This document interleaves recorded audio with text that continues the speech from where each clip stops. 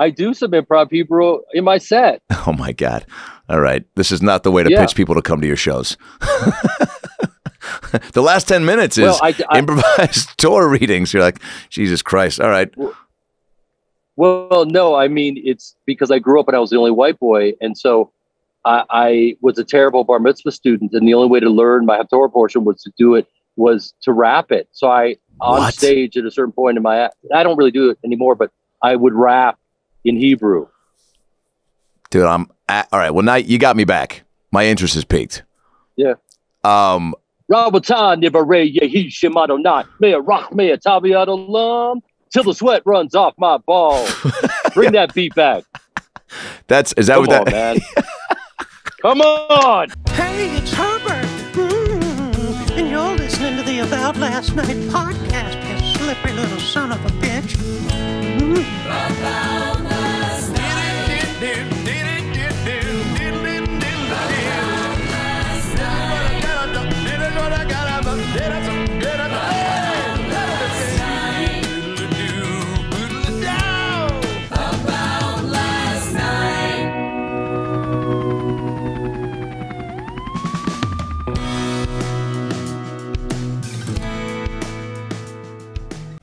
Oh, hello, Jeremy Piven here. I've been in your living rooms for years, not in a creepy way, performing for you. You know me from movies like Serendipity, Old School, and of course Ari Gold and Entourage. Maybe you've seen that, or maybe you've been in a cave in Kabul. I know what you were thinking. We need another podcast, said literally no one ever. But how about this? It's called How You Livin J Piven. I get to interview my friends like the great Jamie Foxx, who drops the glove, says whatever he wants. Even when Ray came along in the Oscar, right? I didn't keep the Oscar at my house. I gave it to my management. I said, take this shit. It's a different kind of power. Like, I almost started talking in an English accent when I got, Ray was more about the guy. I was like, get this shit out of my... I get to interview people that I'm fascinated by, like the great Mark Cuban. So when is Mark Cuban going to be president? I don't know. You know, it's not my dream job, man. I'd rather have another 8 episodes of Entourage. Entourage 2.0. I have real relationships with these people, like my guy Common. The first film I got to do was with you, man. Smoking Aces, and that was one of the best experiences I've had. Like, I saw you on stage at the House of Blues, and I immediately called up Joe Carnahan, the director, writer, and I said, Joe, we found our dude. Man, thank you, brother. Thank you. Listen, thank you. Now give me a job. I get to sit with the incredible Tiffany Haddish. My vagina is a house. Like, everybody can't come inside your house. Don't throw house parties. My grandma taught me how to value myself as a woman. Right? And there's been 39 motherfuckers in my house. Boom. Beat out. I've been on the road, I've been doing stand-up, and I really feel like all roads lead to the How You Livin J Piven podcast. Let's get into it. How You Livin J Piven. New episodes dropping every Wednesday on Apple, Spotify, or wherever you get your podcasts. Be sure to rate, review, or subscribe. It really helps us. You can also watch us on YouTube. Just search How You Livin J Piven. Let's get into it. Let me know when we're rolling. We are rolling. Oh, we're rolling. Oh, we're rolling. We're rolling, dude. That's all. Oh, we're in. We're in. We're in it here on the About Last Night podcast with the one and only Jeremy Piven. Jeremy, you've done it all, and now you're doing more than doing it all. I don't know how to start ever. Never know how to. Seeing you in an alley is throwing me off, but I also feel like, as an actor, as someone who started on the stage, you know, yes, you are someone who you know, has to use your environments. I'm sure you started in those black box theater days when there were no sets, right? And you had to truly use your imagination and assimilate, I think is the word, to your surroundings. Do you feel like there's a spot that you need for Jeremy Piven to go to feel truly comfortable, or are you such a chameleon because, you know, again, I'm going to fly around here, but going from the stage to now back to the stage to do stand-up, which you're now traveling the country doing, and deep into the thick of it and have put in all the reps, is there one place when you're not on stage that you go to, like an alleyway that you're in right now in Colorado Springs, to decompress? You and I decompress on the road together. many times. In cryo machines. Let me just say what it. By the way, I asked our man one time. I said, "Listen, I'm playing a role where my character's much younger, and do you have any advice?" And he said, "Oh, absolutely." He goes, "You have to fast." He goes, I go, "Okay, no, I'll fast." He goes, "That's the fountain of youth." I go, "Done, because I need to look a lot younger." And he goes, because I'm thinking, okay, they have intermittent fasting, 16 hours, 18 hours. He said that I needed to fast for 3 days. And I was like, brother, my people went through the Holocaust. You know what I mean? Like, I want a sandwich. I'm not going to, no, I'm not going to fast. Could you fast for 3 days? Fuck no. Dude, even when, truly, look, in the thick of my Yom Kippur days, which for the non-Jews, that's when we repent for our sins by what is it, 48 hours? Not even, to not eat or drink.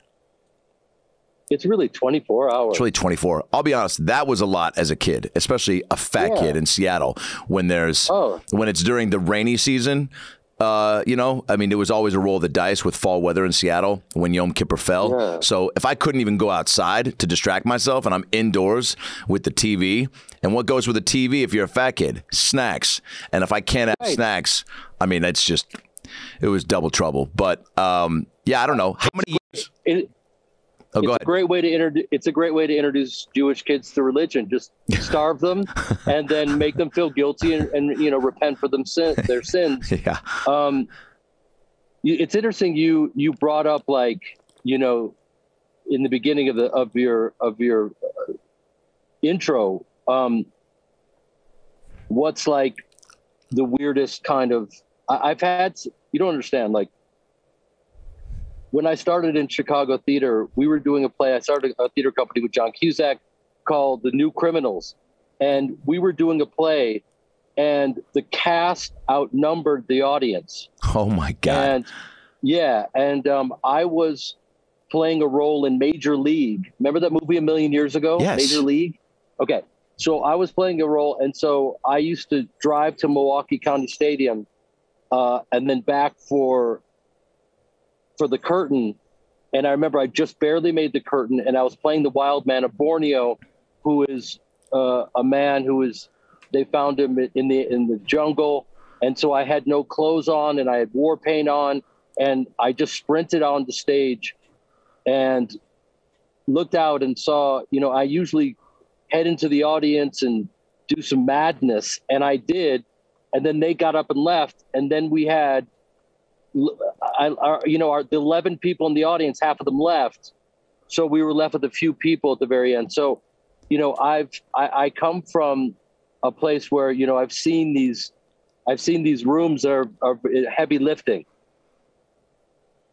Do you miss your theater days? Like, I'm always fascinated by people that had such a, have that be such a big part of their start and to transition to film and TV and now stand up, which I'm sure is filling that. It's why I started stand up, because I was doing so much theater, not as much as you had done, but high school and college. And I was like, I still need that live fix. So what's a way I can get that immediately without, having to try to find a show to get into and get into one, right? Here's a show I can do right now, even if it is for 4 people at midnight. Like, how often are you thinking back to those days with Cusack and be like, man, we should get the band back together and put on another show? Or is that like chapter of your life kind of putting on pause right now? It's this journey right now, as more than anyone, fulfills so many needs. Yeah. Because, you're on the road, you're performing all the time. It's funny. I went back to do a movie recently, and I thought, I was going to be rusty because I've just been doing stand up. And what's interesting is one informs the other and fuels the other. I mean, from going back and forth now, you're doing another rock project. I couldn't sleep last night thinking that, how do we make more money for The Rock? And so I want to thank you. Seriously, I want to thank you for really just doing my part. Making him more prolific, because we got the young Rock now, right? And hoping we're going to have the old Rock. Dude, yes. The Rock of Ages. Right. The Rock of Ages is going to be... Coincidentally, it's based on his life. It's just they did, they made it seem like it was about a whole different time period, but it's, you just got to do some digging and really understand what the story, where it came from. Absolutely. Would you do a musical? We had a real nice clam bake. No, I wouldn't. I would not. I would not do a musical. Thank you, though. By the way, cut to somebody sees this and takes that little clip and is like, hits you up and is like, Jeremy, we're doing Wicked 2, even Wickeder. Electric Boogaloo, yeah. Yeah. Wait, okay, so you're in Colorado Springs right now. You've been hitting the road. You've been hitting the road hard. Tell me about. I'm not sure how many people are familiar with when you made stand-up a priority, a career shift, and what you've been loving about it. Because I think I sat down with you pretty early into it when you just were like, "Yo, can I pick your brain and just kind of get an idea of what I'm headed towards?" Which I thought was smart and awesome, because shit, I would have loved that. I think maybe 2-3 years in, I had people go out of their way to give me any sort of, even if it was advice, but just kind of like some sort of reassurance from somebody that's doing it, that almost even knows you a little bit, to go, yeah, you're not making a mistake. Like, you can do, and we'd known each other very, briefly at that time, but I was just like, yeah, man, this is the fucking, like the move. And then seeing you like months later and being like, oh yeah, all the pieces are there. It's now just, what's great about stand-up now, it's just the reps and the work. And you were like, yeah, well, I'm down to do that part, so let's go. What got you into that? I mean, I talk about the fact that, people want to know why I'm still single, because I'm 200 years old and it's not cute anymore. And I tell them that I've been married to my work. Yeah. And then my work decided to see other people. And so, you have to like explore other avenues. And the reality is, I come from an improv background. I come from Second City, sketch comedy. I mean, that's all, part of my background in Chicago and all this stuff. So I've done all these other arenas and lanes. And so this truly is a different end, same engine, different gear, which is much easier said than done. And as you could tell, I was asking you a million questions, and I as you can attest to or not, you have to put your ego aside. Oh yeah.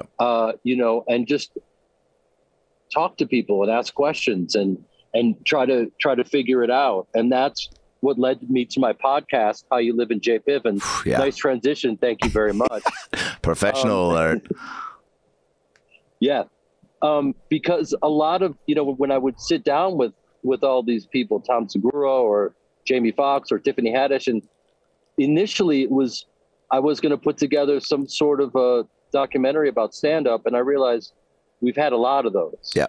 And all of those conversations have led to this podcast that I've just dropped. And I'm loving that journey. As you know, it's just fun.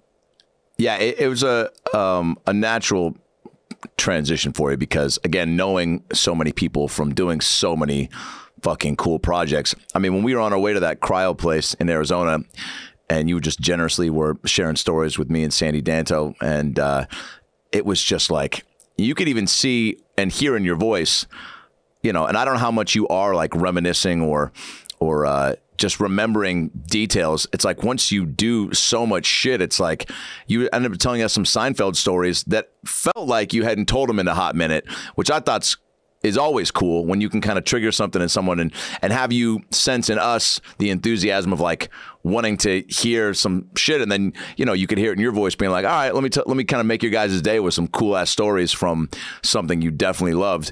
Well, it wasn't even that. It was, to be honest with you, I really hadn't told those stories. And no one,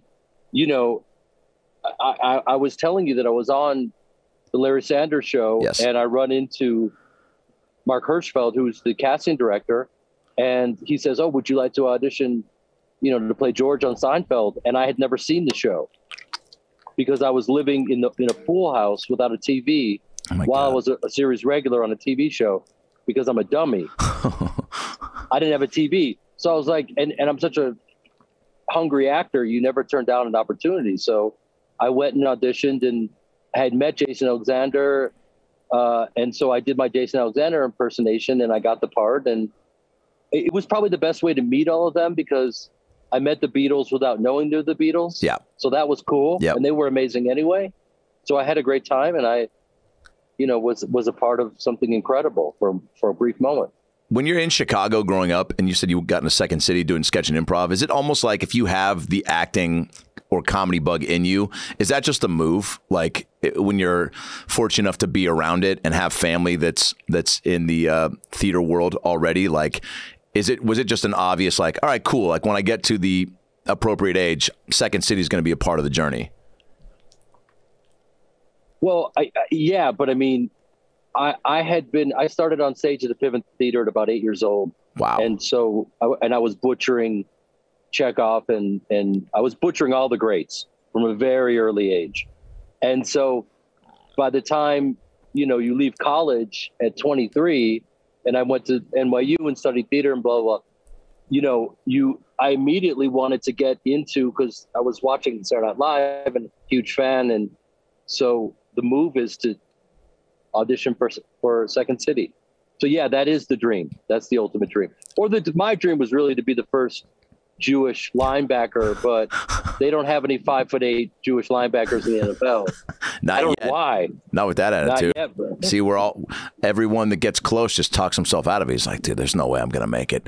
But there's not enough. Right. I mean, I think we have maybe, I don't know, count them on your hand, Jewish athletes that have really made a splash. Every time I do a joke about that with, not being any really powerful NBA Jews, and people always come up to me after the shows and go, Jordan Farmar, or somebody I've never heard of. And I'm like, that's what I'm talking about, man. Jordan Farmar's fine, but like, I'm talking like somebody that really, is like, I can't, gets, a lot of, media attention because he can't play on Shabbat. So he takes off a game 4 of the finals. You know what I'm saying? Somebody that's really, right, dedicated. Like if Michael Jordan was like, dude, it's Sukkot. Like I always said, I'm not playing on Sukkot. And a lot of non-Jews again are like, what the fuck is that? That sounds like something. No, listen, we got some heroes. We got Sandy Koufax. We have the great Julian Edelman. Julian Edelman just retired. That's right. They're out there. They're out there, my friend. But I'm talking NBA though. Find a basketball one for me. Amari Stoudemire converted and then blew out his knee. So it's like that fucking didn't do us any favors. Let me tell you something. I got my second bar mitzvah in Israel in front of Amari Stoudemire. I have pictures. I'm going to send you pictures of us at the Wailing Wall. He watched me do my Haftorah portion. I swear to God. I swear to God. This sounds like a Make-A-Wish situation. How did you get Amari Stoudemire to come to your second bar mitzvah? We had a group of athletes and actors and just an incredible group, George St. Pierre and whatnot. And we all went to Israel together, and we're in the Dead Sea. It was like a Make-A-Wish. It was incredible. Hey guys, Adam Ray here for the About Last Night podcast. Are you a man? What's up, dude? Are you going bald? Sorry, 2 out of 3 men will experience some form of hair loss by the time they're 35. Shit, I'm 39. Well, you know what? If my shit starts to go, that's just my fucking journey. And more than 50 million men in the U.S. suffer from male pattern baldness. I got buddies that have gone bald, family members, good friends, good comic friends that have gone bald. And look, there's only 2 FDA-approved medications out there that can prevent hair loss.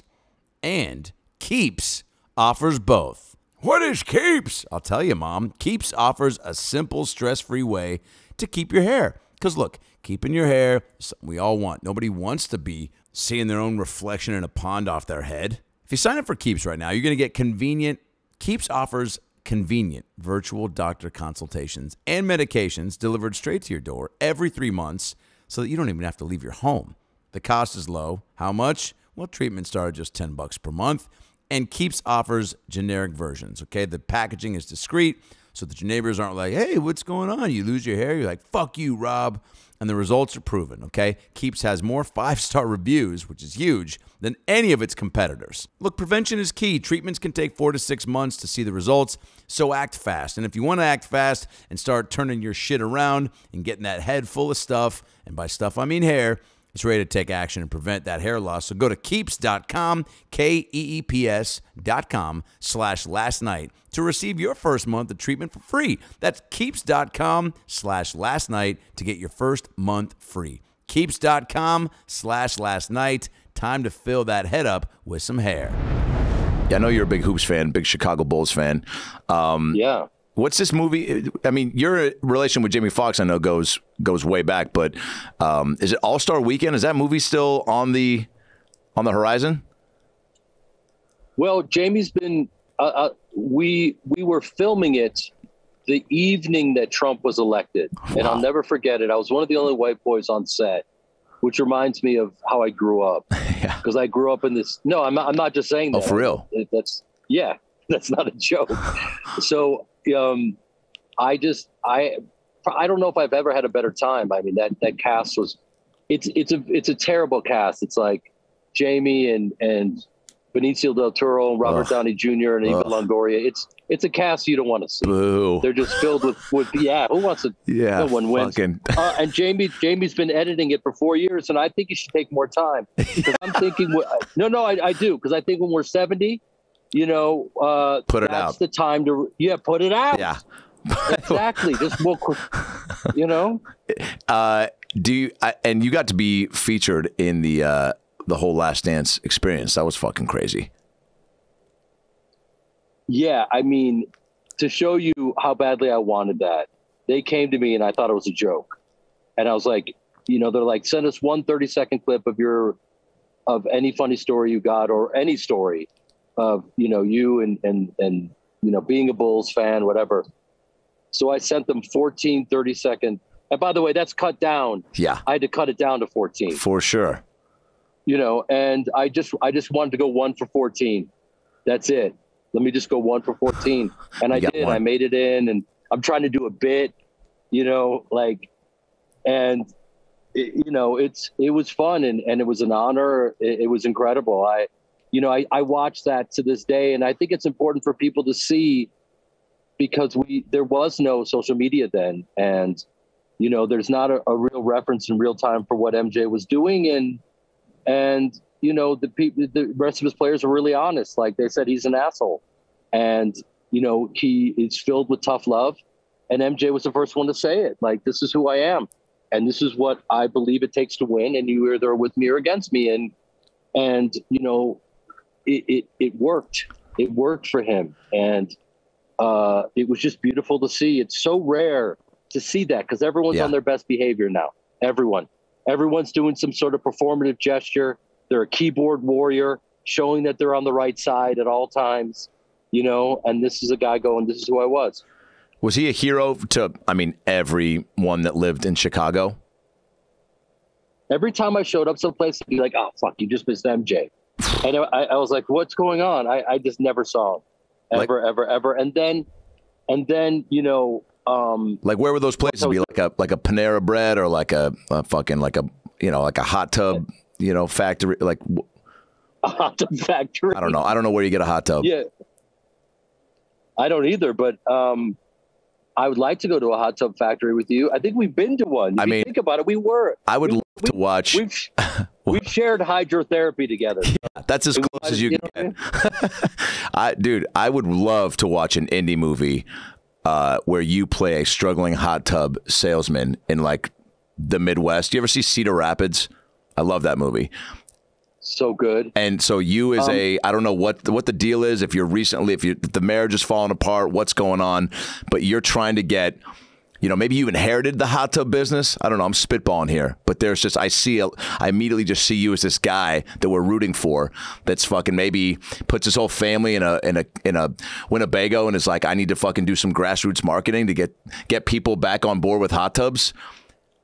Yeah. Maybe the depression hit and that's what fucking, or maybe listen, I think me traveling town to town trying to get people into my hot tub is not creepy at all. I think that's a great idea.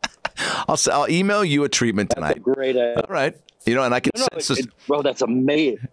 And here's why. By the way, the reason I have this because I've got tattoos. My neck tattoo I had a Irish Pride neck tattoo that just went away because I just got done doing this movie with Terrence Howard where I play a generational racist from South Boston, Holy 1974. Shit. During the busing, dismantling segregation situation. Wow. By the way, say that 10 times fast. Really, sounds like a theater school vocal warm-up.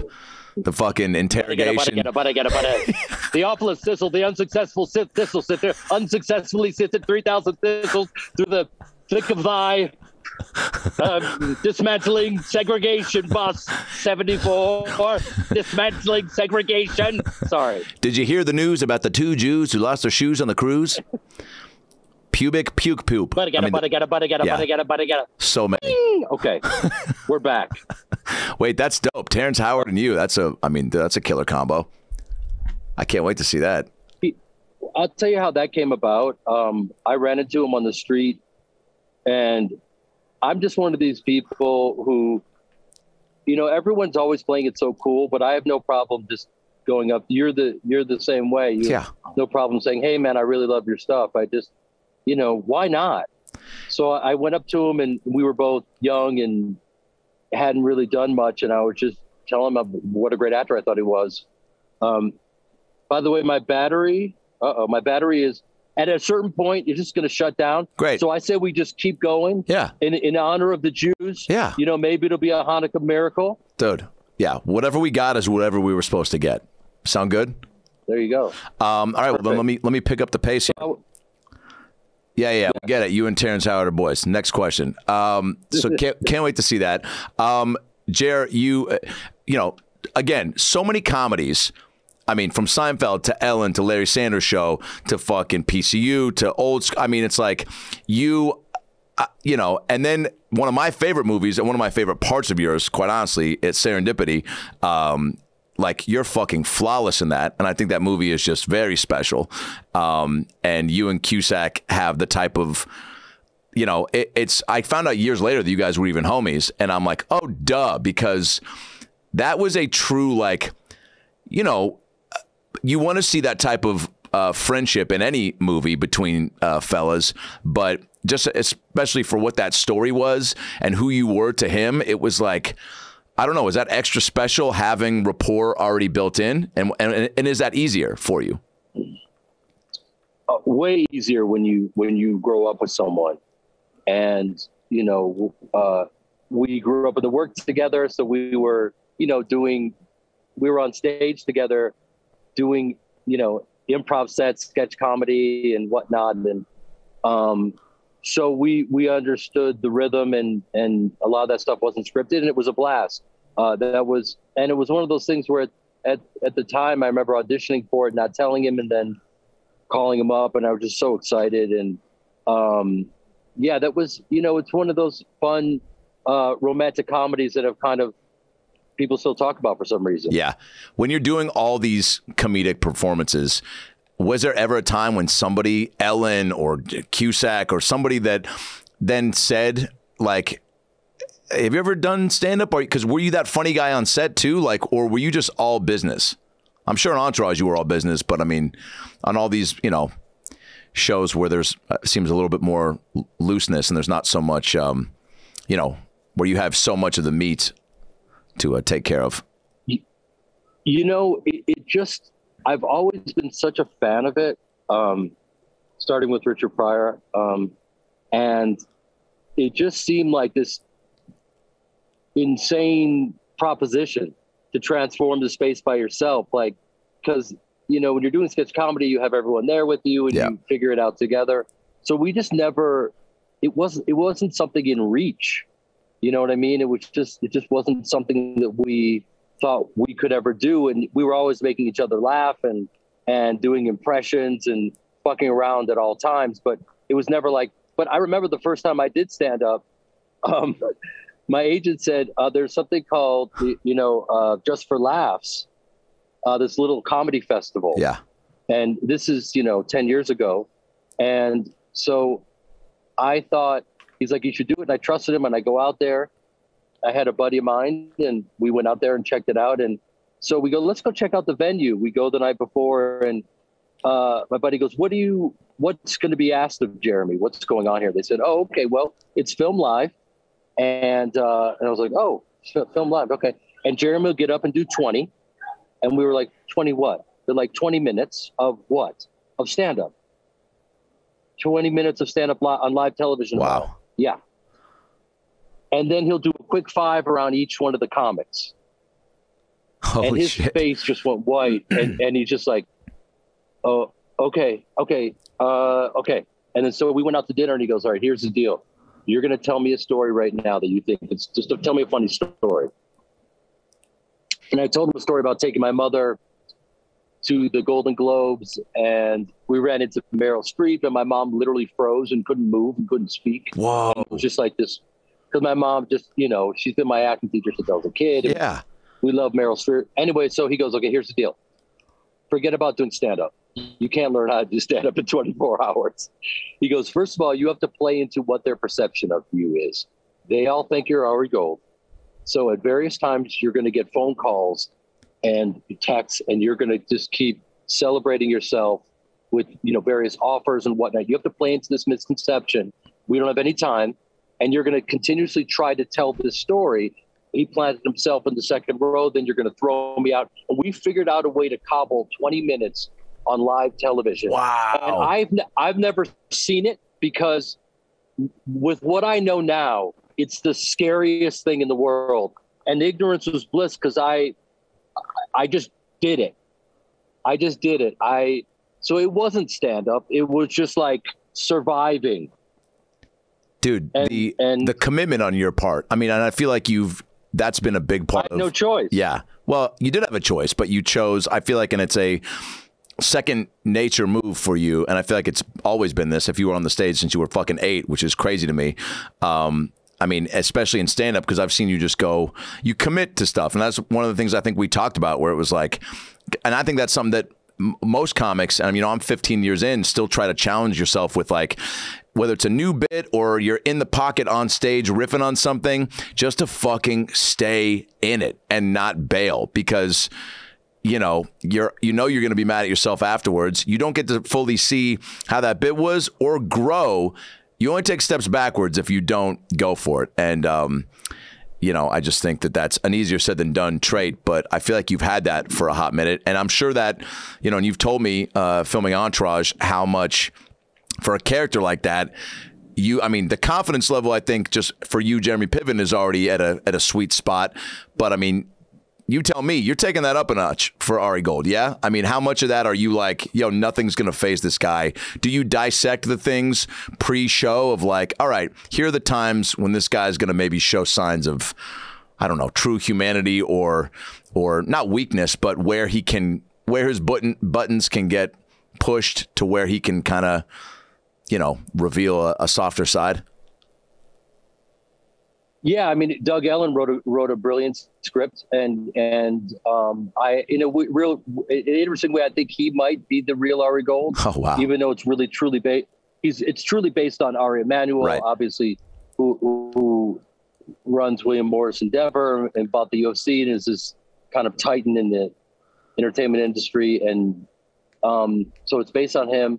But the therapy scenes were kind of taken right from Doug's life, and that's why they felt so real. So if you just invest in all the givens and throw yourself in, I was in good hands with that dialogue, and it was my job to make it all feel improvisational, when the reality is that he was, really looking at every word and making sure that, it was kind of like your Haftorah portion.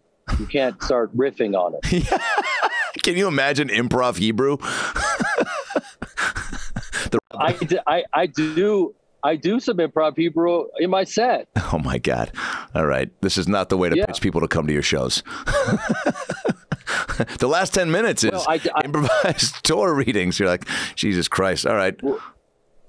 Well, no, it's because I grew up and I was the only white boy. And so I was a terrible bar mitzvah student. And the only way to learn my Haftorah portion was to rap it. So on stage at a certain point in I don't really do it anymore, but I would rap in Hebrew. Dude, all right. Well, now you got me back. My interest is piqued. Yeah.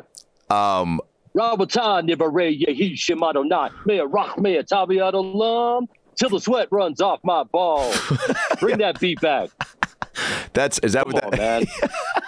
Come on. Hey guys, Adam Ray here for the About Last Night podcast. Hope you're enjoying this episode. Obviously, it's a very difficult time for everyone right now.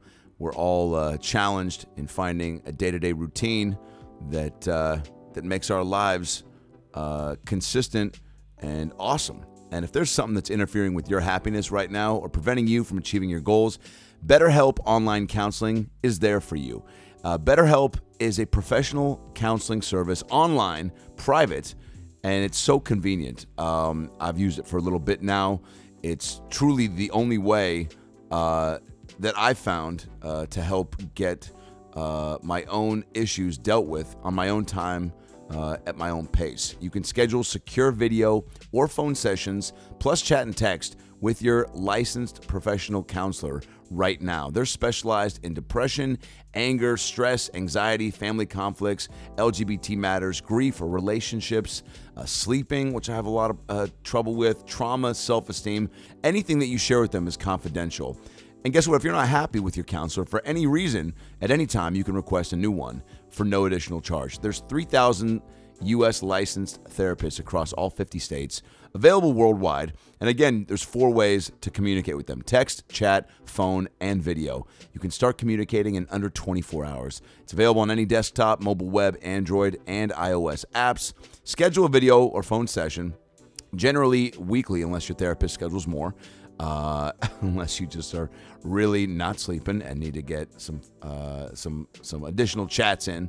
There's broad expertise in the network, which may not be locally available in many areas. Financial aid is available for those who qualify. It's secure, it's convenient, it's professional, and above all, it's affordable. All right, it's truly the most affordable option I found. So right now, all ALN listeners are going to get 10% off your first month with a discount code About Last Night. So why not get started today and start making some changes for the better in your life? You deserve it. So go to BetterHelp.com/AboutLastNight. Simply fill out a questionnaire to help them assess your needs and get matched with a counselor that you'll love. That's BetterHelp.com/AboutLastNight. BetterHelp.com/AboutLastNight and get 10% off your first month with promo code About Last Night. And now back to the episode. By the way, I'm in an alley right now. Can you imagine someone just hearing me? That was my next question. Who's the closest person to see whatever the fuck you just did was? That's awesome. That's always the best.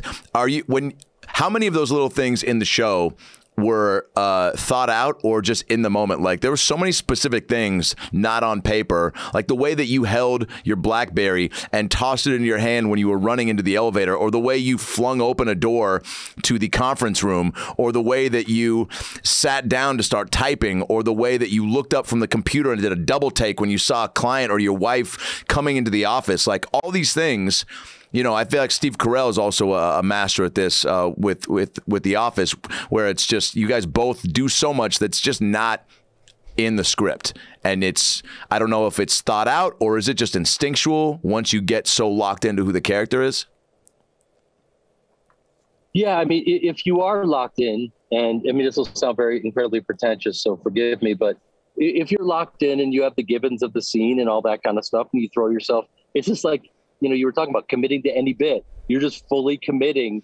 And if you're even thinking about vanity or looking ridiculous, you're fucked. You just throw yourself in and you just are as present as possible as that character. And that's it, man. With that particular character, I studied a form called Commedia dell'arte, which is the first literal form of acting where they had kerosene lamps and whiteface, and it was a million years ago. Tim Robbins, the brilliant actor, who I'm sure you've heard of, my teacher. Oh, wow. And he taught me the form, and you just commit, and you're fully committed emotionally. It's like you're at a 10 at all times. So that's what that character was. He was fully committed every moment. And so, you know, you just invest fully. I started Second City a million years ago with guys like Chris Farley, who he was just a heathen, you know?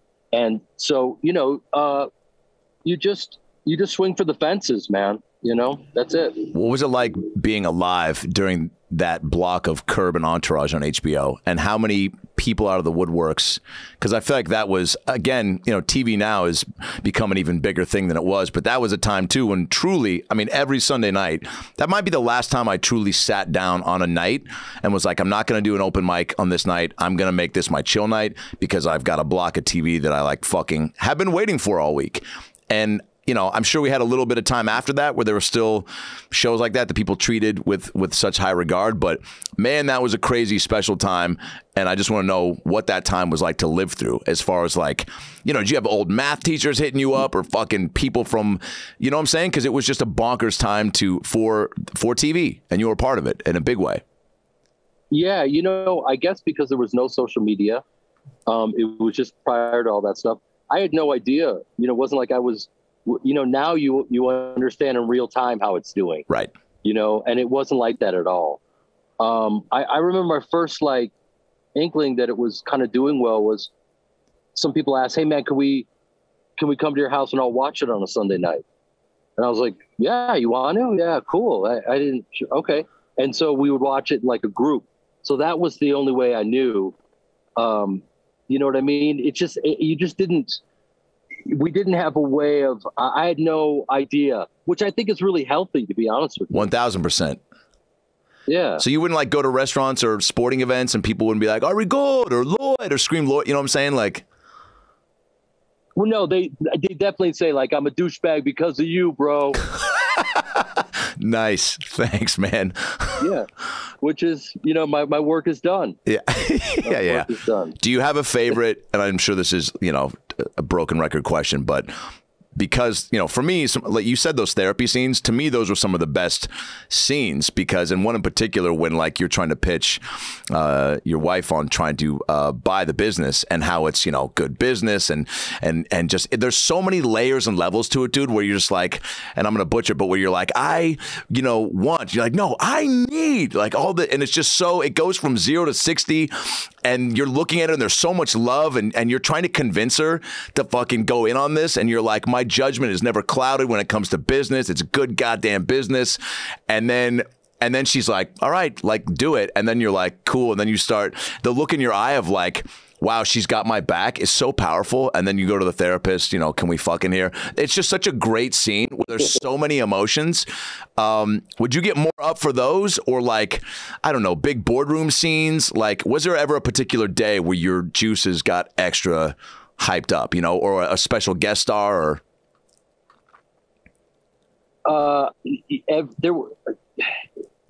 You have to get up for all of it. Yeah. There isn't a moment that you can phone in like this interview, Adam. I'm glad you said it, dude. No, you know what I mean? We'll record the next one. You know, like the cliche of like athletes, no days off or any of that stuff. Right. You know, you just fully commit, because you never know like what could be a special moment, and you want to fully commit to all of it.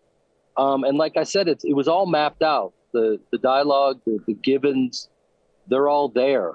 You know, when Larry David shows up on set and your hero is there, and it was the one time in a decade of Entourage where we improvised.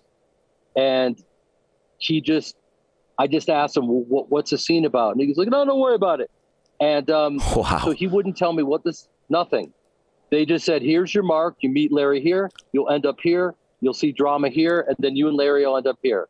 Wow. And so as Larry walks up to you, and it's like your dream. It's a dream.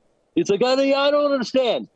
You know, you said you didn't have tickets for the game. I look up and you're on TV. You're at the game. And then so I just have to just immediately in character start relating to him and explain why I didn't get him tickets. And it's like a dream come true. It's so fun. Was that because, that was amazing. Was that because that was when you were going to get him? It was like, well, if we're going to get him, we're going to do it the way he wants to do it and is accustomed to acting, right? It's not having a script. 1,000%. Yeah. That's 1,000%. Incredible, dude. Has there been someone over the years that's from all of your success, dude, and even now with stand-up, like that's come out of the woodworks, or I mean an old friend or somebody that's really, you know, I'm always curious that, because everybody experienced that for good or for bad. I mean, shit, there's a kid that I grew up with well, that lived in my neighborhood, and I never really liked him, but I was always cordial because that's how I am. Like, even this kid was like, you know, I remember he'd like always give me shit for not smoking cigarettes when I was like 10, and just, you know, he just had a bad vibe, bad attitude, but I was always nice. I'd still let him play in our pickup games in the neighborhood. But he hit me up on Facebook last night and sent me a message. I blocked him, but he's after this, but invited him to the block party, and he goes, starts it off by going, I don't like you at all, but I find myself hate laughing when I watch your shit. So that's something, right? Please don't respond. And I just messaged back, I hope it gets better, XOXO, and then I blocked him.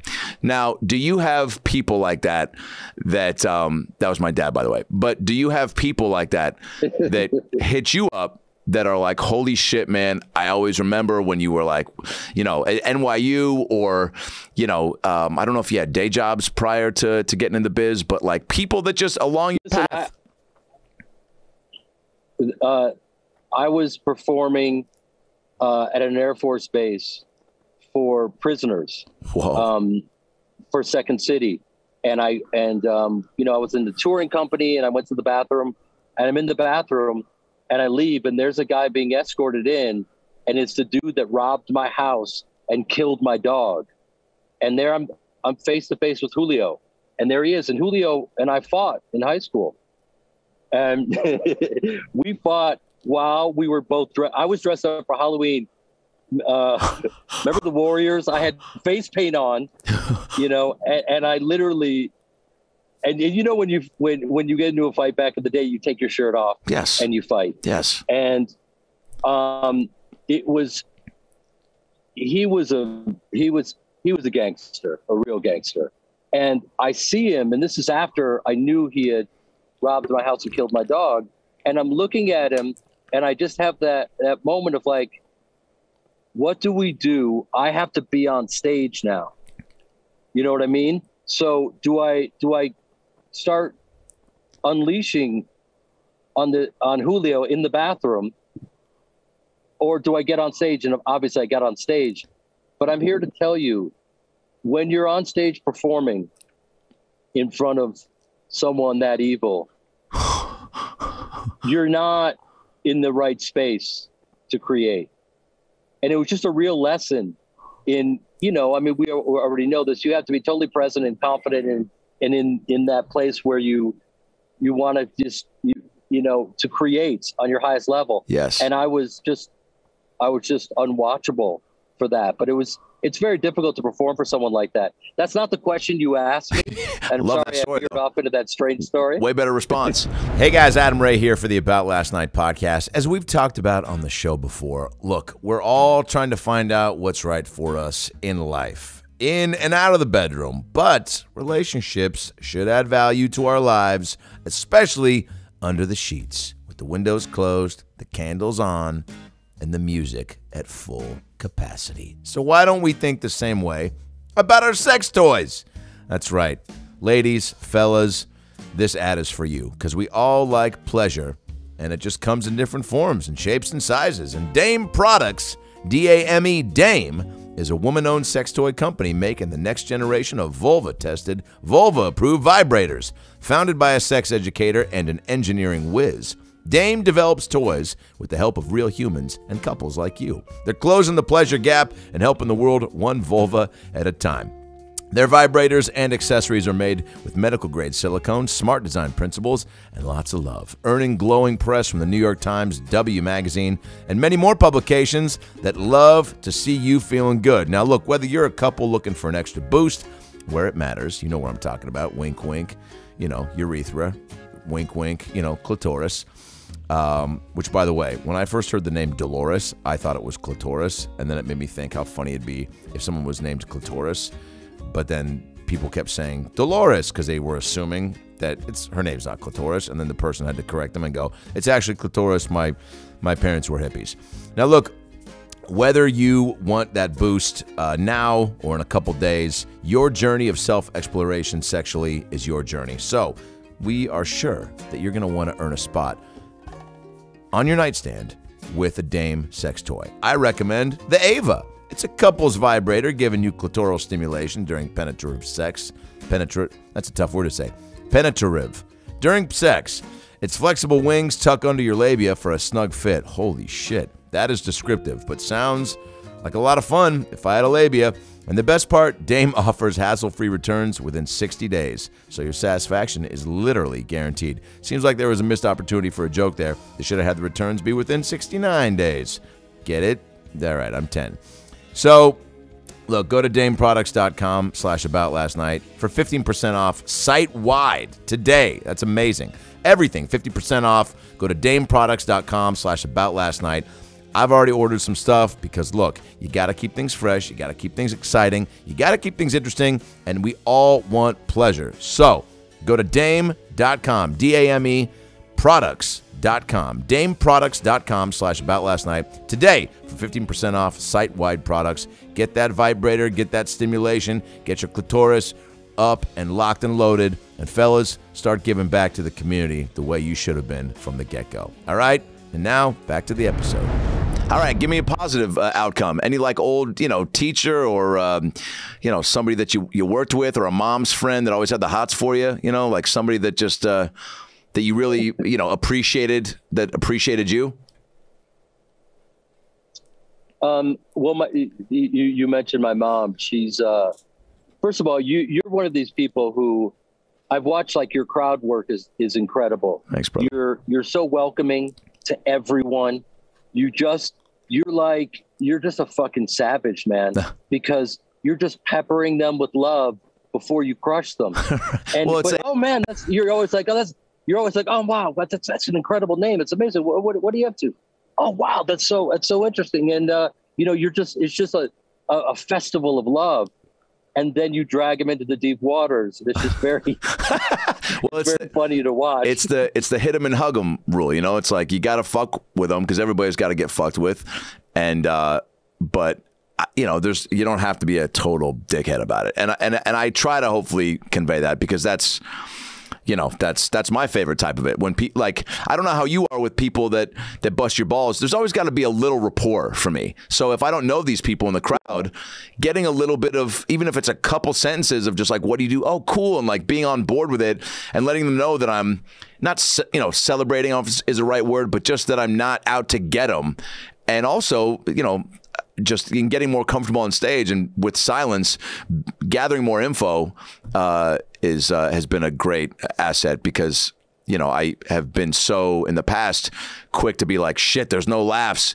Fucking say something funny instead of actually listening and trusting that I can build a moment, even if it is a minute in, But exactly. Yeah. I've learned a lot watching you, and it's crowd work is an art, man. And you can't if you have to just stay after it. And that's definitely a missing piece in my puzzle for sure. Well, you're getting after it, dude. And I've already seen leaps and bounds in the last couple of years. And I'm sure that's right. We did.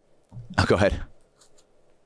No, we performed in the round out in an alley recently. Speaking of alleys. Yes. At the Supernova. Do you love that? Which is just so fun. It's a great spot, right? Love it. I love it. It's just, you're in the round. It reminds me of growing up and doing theater, and I just love it. But you have to understand, people yell the craziest shit to me because they think they want me to yell at them and they think they want me to go bad on them, but no one really wants that. No.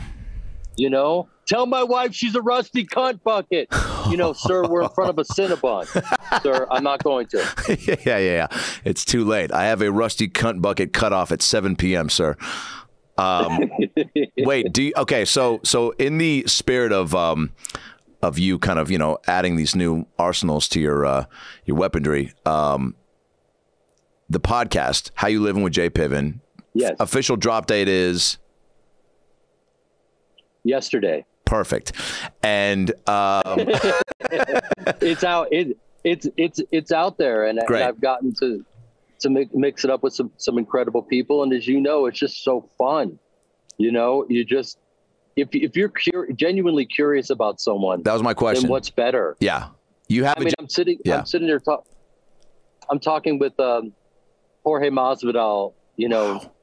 The Cuban Jesus, game bred, fastest knockout in the UFC. And I just remember that he had this transition where he went into the jungle, and then when he came out, he started just crushing everyone. And so I asked him about that and how his entire life changed. It's like, I'm just genuinely interested in all these people, like how Jamie Foxx made the transition from stand-up into acting. Yeah, man. Does he miss stand-up and what's going on with that? And wow, cool. You know, his and it's just, we basically, you know, our job is to hang out with people we're curious about. So it's kind of amazing. And I saw you got Mark Cuban on. I mean, I'm fascinated by that dude, man. I mean, and even in those clips you posted about him talking about basketball is so, because he truly is a once in a lifetime type owner, somebody that's just that much of a fan that wants to be down shooting with them and gets that involved.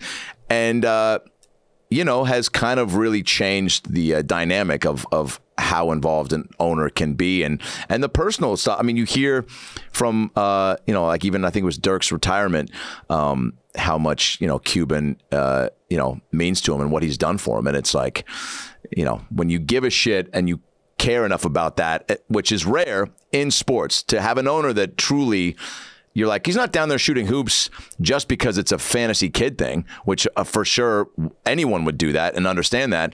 But it's because he's also trying to like be like, yo, I'm here. Like, you got me at your disposal. And I was like really, really impressed by that.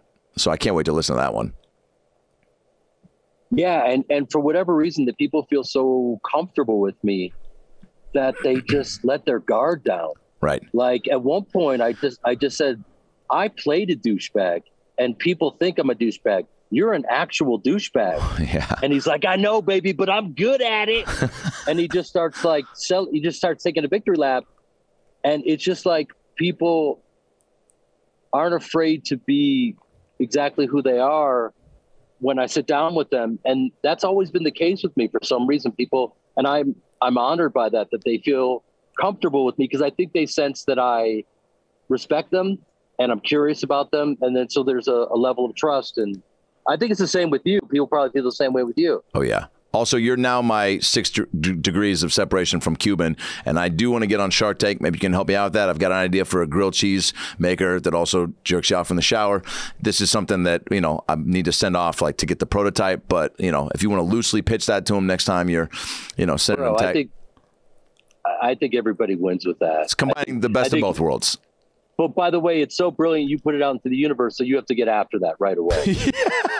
You know what I mean? It's so good. I feel like there's no sarcasm with that from you, and I feel like that's just all full on support as a friend. All right, Jared. So How You Livin with J Piven is out now. Amazing guest, amazing conversations. It looks fucking great, which is big for pods. And no one's calling in on a cell phone, so that's great. Jared, I want to close this out with something. I don't know if you've done before, but Inside the Actors Studio was a great favorite show of mine, R.I.P. the late James Lipton. I would love to close this out with a 10-question questionnaire to get to know, deep dive. Oh, and we lost him. What is that, dude? The timing on that is perfect. I think his phone was going to die, and it fucking died right before we closed out. You know what? That's, hey, TBD, you know, you can't have everything. That's a great example that life ain't fair. And also that's a great teaser for I guess when we get him back on the pod. But, well, there he was. Oh, is he coming back? Oh, that's just me. All right, we're still going. Guys, I hope you enjoyed this episode with Jeremy Piven. Go check out his podcast, How You Livin with J Piven. Follow him on Instagram and Twitter. I believe he's just Jeremy Piven for all that. Let's check it out here. Yeah, Jeremy Piven for all that. And go see him on tour. He's out there doing stand-up comedy. You guys have been great. I want to give a quick shout out to my man DJ with his Zoa, zero sugar, zero carbohydrates, no sodium, a little bit of sodium, but it's just the best energy drink out there. I can't start my day or finish it without it. Also, a quick shout out. They're not a sponsor, but cheese. I love it. It's good. Everything in moderation. Goes great. Toast. It's good. Good with tomatoes. I like this by itself. You don't have to dip it in anything. And come see me in Atlantic City this Saturday, July 24th. 2 shows, 7:30 and 9:30. And gonna have a blast. And then Seattle, end of August. Tons of shows around town in LA. And then I go to Australia to do season 2 of Young Rock in October. And So if you guys know any good steroid people trying to fucking beef up, get that full-on Vince, fucking, you know, got to get those Popeye arms. I'm already starting the process, but, you know, everybody needs a little boost. And sometimes that boost could be something that's not legal. All right. Thanks for listening. Have a good week. Peace. Zoa. Thanks, Rock. Guys, Adam Ray here for the About Last Night podcast. Hope you enjoyed that episode. It was a good one. A lot of laughs, a lot of tears, a lot of stuff to think about and chew on, huh? Because that's what life's all about. Chewing on the good stuff. Nobody said that. Maybe Denzel did. Maybe Tom Hanks did. Maybe they said it together in Philadelphia. The point is, click subscribe right here on the ALN logo so you can get more episodes and stay up to date when new content drops. Highlights, animations, clips. It's all here for you, baby. I'll see you next time. Whoop, I don't know how to blink.